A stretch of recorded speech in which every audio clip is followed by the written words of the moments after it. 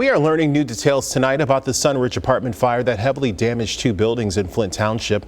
We first told you on Tuesday that 39-year-old Yavonda March was charged with 3 counts of first-degree arson in connection with the fire.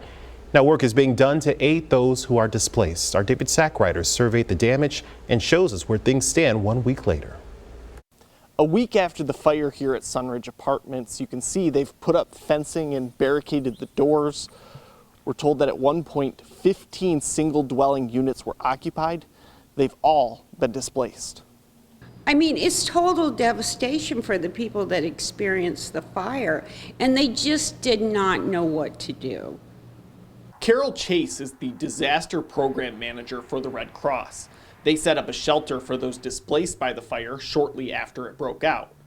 Even a week later, they're still working with those displaced. We've been able to open cases, and it's been turned over to our caseworker. And then what we start doing is managing needs from there. Once they've reached out to us, we will be involved for maybe about 3 weeks longer.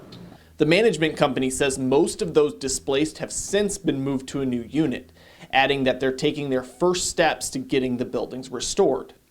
As for how the fire got started, police say it was no accident.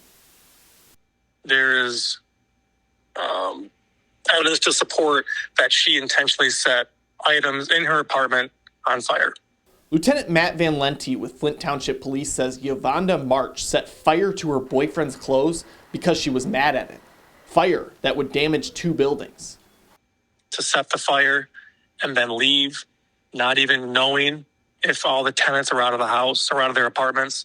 It's amazing nobody was hurt, and it's pretty astounding for somebody to have that lack of concern about other people. March, the alleged arsonist, has a probable cause conference on May 9th. If convicted, she faces up to life in prison.